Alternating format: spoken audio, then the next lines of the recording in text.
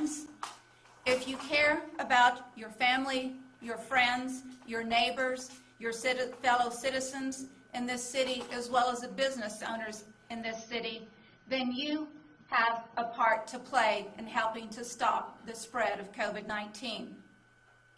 West Texans have always stood strong, stood tall, and stood together.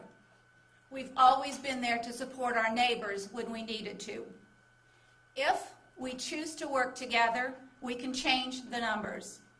If we all support each other, we can change the trend.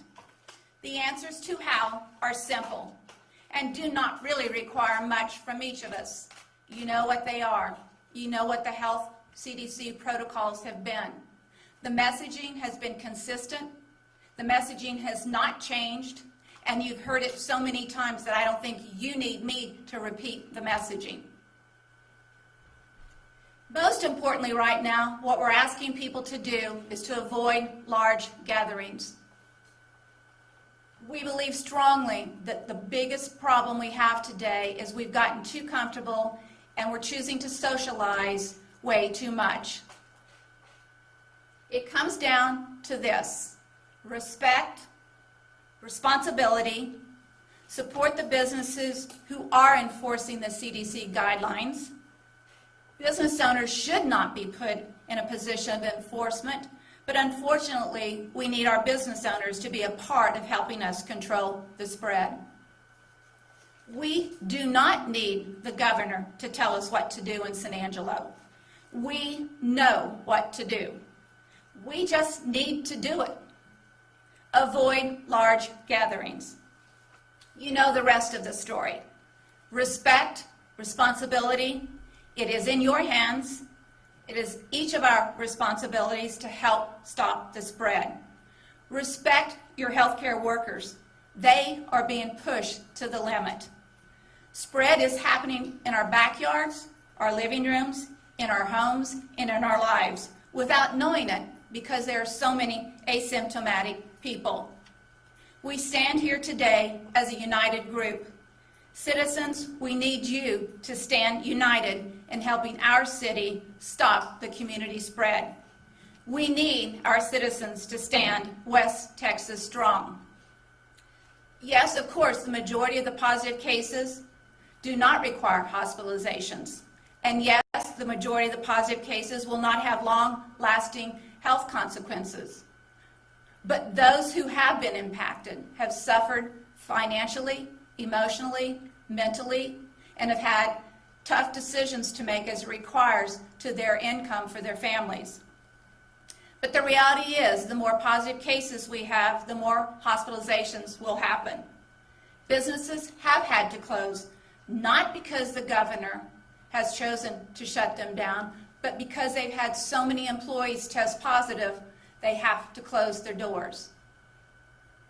I ask you to join me and the rest of our city leadership and our city council to help us be a city that stands tall and shows other cities how to stop the community spread.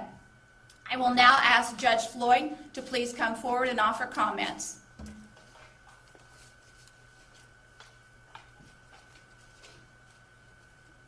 Thank you, Mayor. Also, it has been very encouraging to me the last 6 or 8 weeks to move around this community and see it fully open and functional, events going on, bars open, restaurants at more of capacity. I need to make it clear that that ability to do that rests solely in my office as the county judge as per the governor's orders. And that allowance to allow me to request that attestation that we're below 15% hospitalization of COVID patients relative to the number of beds. If we exceed that, and we're getting extremely close, then under that order, I lose any authority and we will lose that attestation. Bars go back to being closed and restaurants go back. That's the last thing that I want to see happen. During the course of this, we have discussed it daily now for 7 or 8 months. We started the spring as being in this chamber, I think on March the 19th, and here we are still trying to deal with it. probably faced with more of a challenge now. We know more about it, but we do know the flu season's coming and winter's coming. So we have a challenge on our hands. We have not been able to determine the source of where our numbers are growing. I think if you look at the demographics, you'll figure out that there's no single source. But I'm sure all of you have noticed the same thing that I have observed. I think everybody in this room has observed. You've gone to businesses or events that there's not much compliance going on. And I think that's crucial now. I think we owe it to the businesses that are open, that we want them to remain open. We owe it to our partners that are standing back there that's trying to run the public education system, higher education, our hospital systems, our Howard College, the Goodfellow Air Force Base, everything that's crucial to our quality of life here. And I believe that we owe it to them. So I'm going to announce a new program that we're going to come up with that's the best idea in conjunction with the city to try to take the steps that we can to try to encourage and gain compliance for those that are not doing such a good job, whether they're a business owner or whoever's sponsoring some type of a special event. I've approved a great number of events out in the county. Dr. Veredis has approved a number of events within the county, and we have sporadic compliance with that. And we believe possibly that's probably what's contributed to our growth numbers. So going forward, we will have some compliance officers that will be checking on various businesses and those events as they occur. They're there to not do anything but to assist whoever the proprietors or whoever the sponsors are on the events to convince their patrons, participants, customers, or whoever they are to comply with at least the distancing guidelines. You know, the mask has been very controversial, but at this point in time, there's enough positive situations that the mask needs to be worn, especially if you cannot maintain somehow separation. I think we owe it to the community, we owe it to ourselves to take the last step that we can to try to at least flatten this thing out some to keep us from reaching that 15%. Because if that happens, the mayor really, after the governor's orders, had really no authority within this. All of this rested with me. If we go over the 15%, my discretion in that is gone. It's handed to the governors, and at that point in time, Dr. Veredis, that's standing behind me, has all the power, and his power basically is to shut down businesses and events individually. So we're hoping that this helps the whole community address this, to give them the support, and hopefully if anybody gets punished out of this, it's only the ones that choose not to comply. Those are doing good business. Our goal is to keep them open and keeping them moving forward. So that will be rolling out. You'll see more of that. We have some federal funding that we're going to allocate to implement this program. And again, I wish us the best. I thank the citizens of this community. It warms my heart to see us functioning. And it's showing. It's showing in our sales tax numbers. And it's not just about sales tax numbers. Obviously, we need funds to keep things going. But it's quality of life. We spent 7 weeks with elective shutdown earlier for the hospitals. I had a little procedure done this morning. If you shut down that affects 100% of our population, and nothing good comes out of that. So that's been our focus all along, is try to protect the ability of our healthcare system. And it's not just San Angelo and Tonga County. There's 30-something counties in this region that absolutely depends on Shannon Health Systems for their health delivery. So that's crucial. We try to maintain that. So I hope that you will and you support the efforts we're trying to do community-wide to try to get a handle on this and maintain the level of freedoms that we have now going forward. Thank you. Thank you, Judge. Dr. Veredis and Dr. Barnett, would you like to come down and speak, please?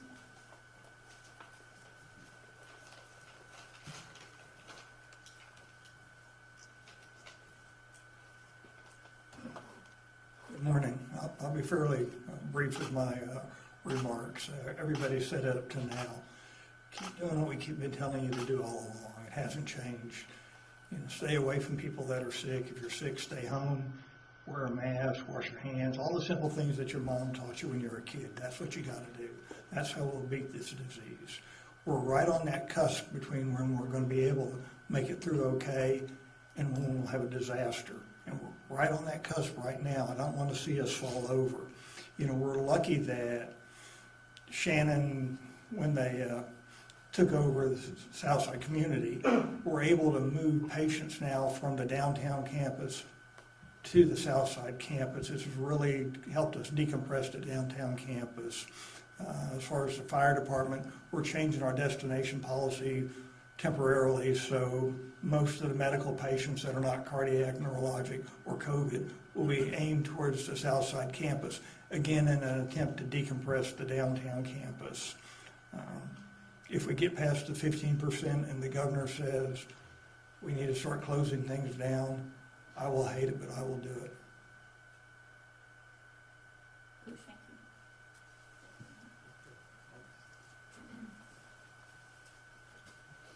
Thanks. I just want to thank Dr. Varetis. Of course, he's been a great physician on our Shannon team for many years, and I think now everyone in the community realizes was an asset he has been through this crisis. He didn't sign up for it, but he stepped up to the plate, and we're all very grateful for that. I'm not going to make any comments about masks because that's already been discussed, but I assume everybody is interested in what's going on at Shannon. And as Dr. Varetis said, the timing of the acquisition of community could not have been more fortuitous for us. You know, this week has been a record-setting week in terms of COVID patients, and a significant number of those also come through Shannon South through the emergency room. And we had the ability to take the strengths of both campuses, streamline each campus into what they were able to do best. Downtown, we're fortunate enough to have quite a few specialists, infectious disease, pulmonologists, critical care, a very adequate supply of PPE. So we made the decision to bring all the COVID-19 positive patients onto our campus. We have a large COVID unit which we developed over the surge in July. We learned a lot of lessons back then, and so it was quite easy for us to ramp up to the necessary number of patients available. Likewise, we took what community had.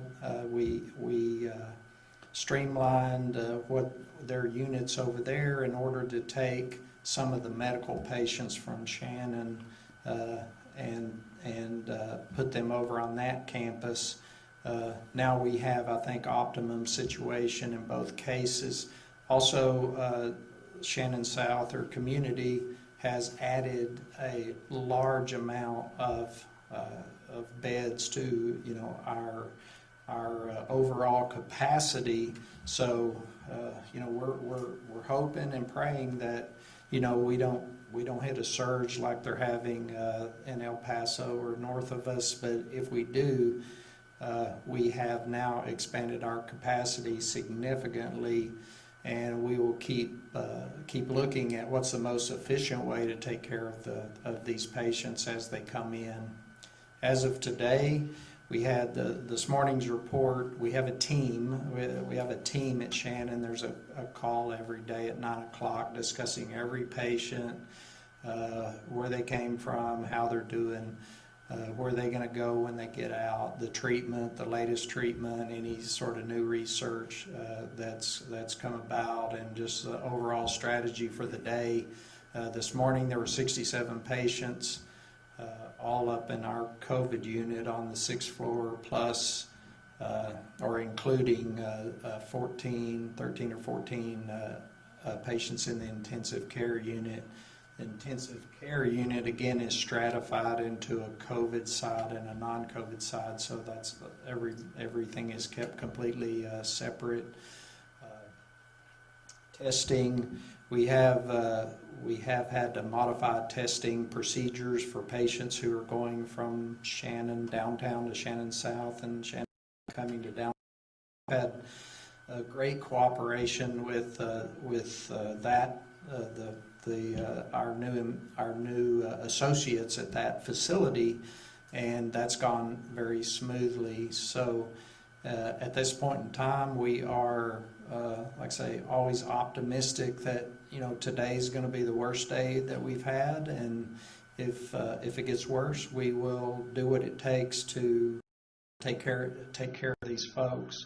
And I think Judge Floyd and Dr. Paredes have already said it very well, that you used to read like all our medical care workers were on the front lines, and sort of I guess a military analogy, but really it's all of you folks and the people out in the community that are on the front lines. We're in the back. We're where people go. We're the MASH unit, back taking care of all the people who get sick. So we're going to be just like, I don't know, most of you are probably old enough to remember MASH. You just take what comes in, do the best you can, and that's what we're going to do. But we greatly appreciate any help that anybody in the community, leadership, can give us in making it a situation that we can handle and take care of these folks in the way that they deserve to be cared for. Thank you. Dr. Datloff and President Hawkins, would you please come down?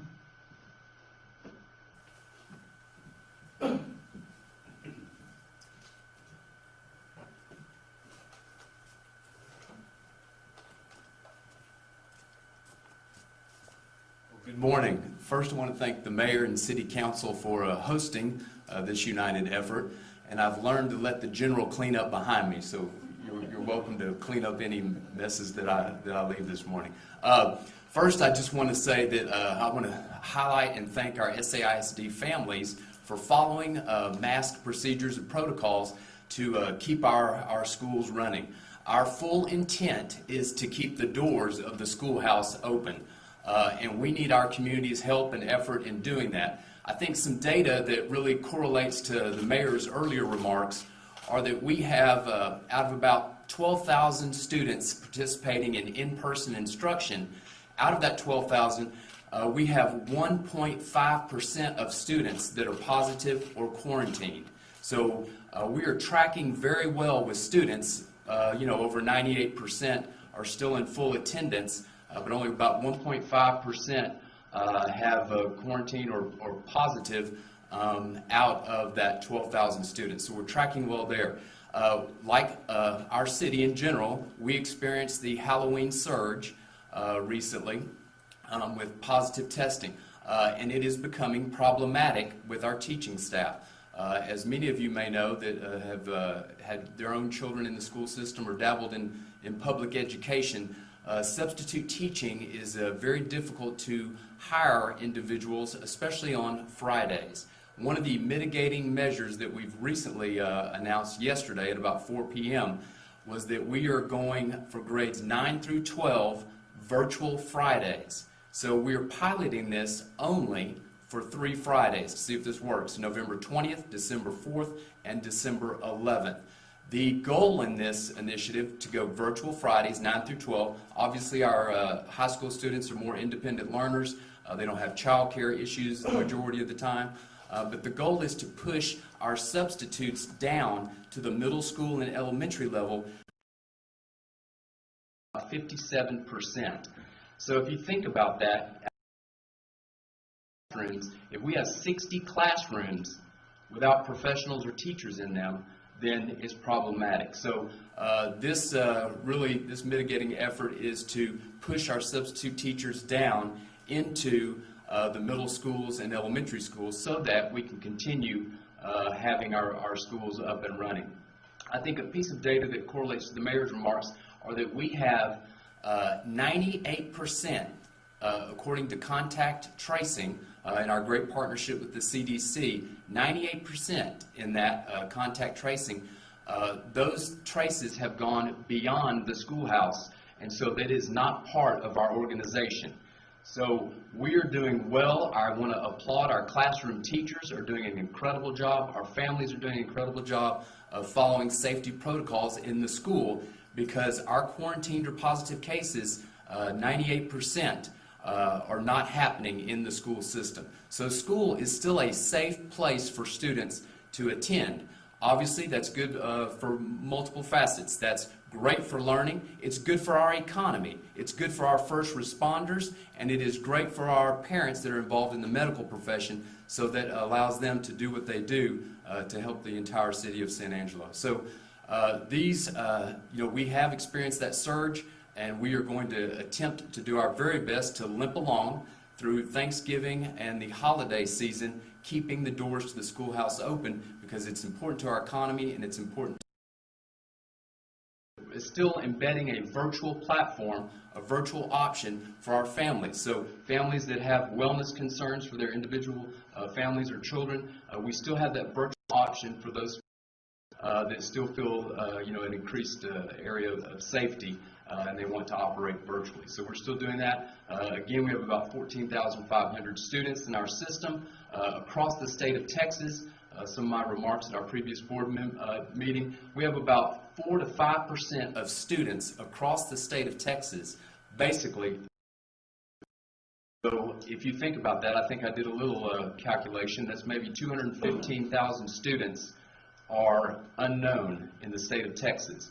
So what does that do to our workforce 20 years from now? What does that do to the efforts that we're making, to keep kids in school? So any measures that our community can make, that our businesses can make, that our organizations can make to help us keep running, we applaud. And I just want to again thank our families for allowing us to serve their children and following our safety protocols. So thank you. Thank you, Dr.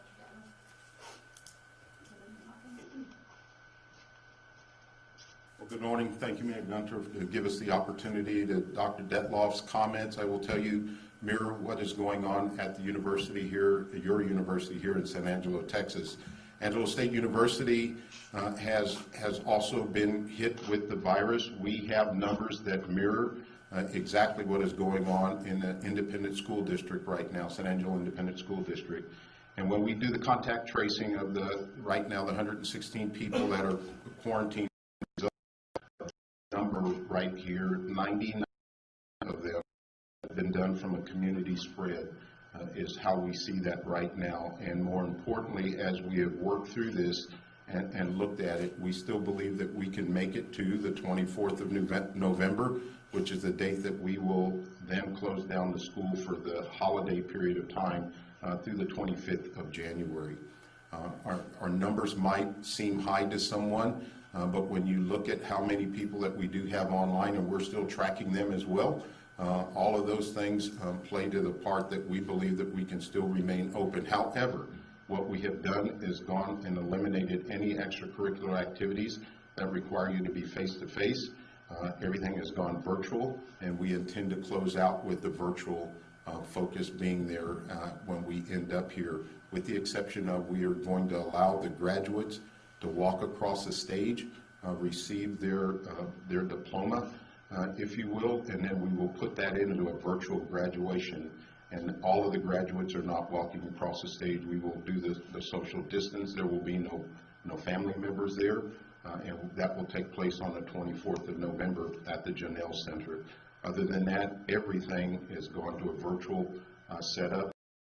Even street lighting and anything that would go on in the December, even after the students have departed the campus overall. We appreciate the work and supporting us in all that has taken place here in the city of San Angelo, and the support of the businesses, the community, everybody that's tied to Angelo State. We appreciate all of your support in allowing us to be able to stay open, and then more importantly, deliver premier excellence in education, research, all that takes place at the university here at Angelo State. So thank you very much. Pam, would you like to offer any comments from Howard College? Sure.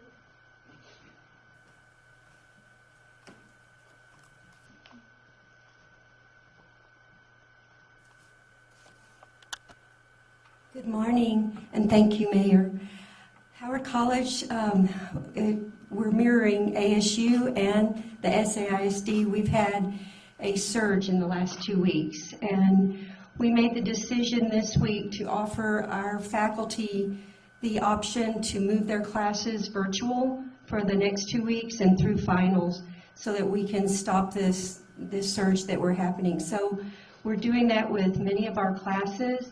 The ones that are applied, we can't, but we are following those protocols, and we're doing a lot of contact tracing. The numbers were looking good, and then we think it's the Halloween surge also. So we also thank the community for the support we're getting. We're trying to stop this and doing everything we can as far as contact tracing and keeping our social distance, and we thank you. Thank you. Colonel Naz, would you like to come down and offer comments from Goodfellow?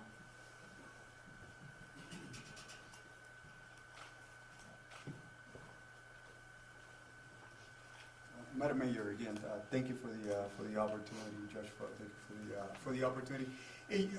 I cannot get into the specifics numbers at Goodfellow, but unlike every other event that we've had on this, because this is not our first get together and first press conference, I will share with you that for the first time we actually have a significant number, and for the first time one of my pipelines has been affected.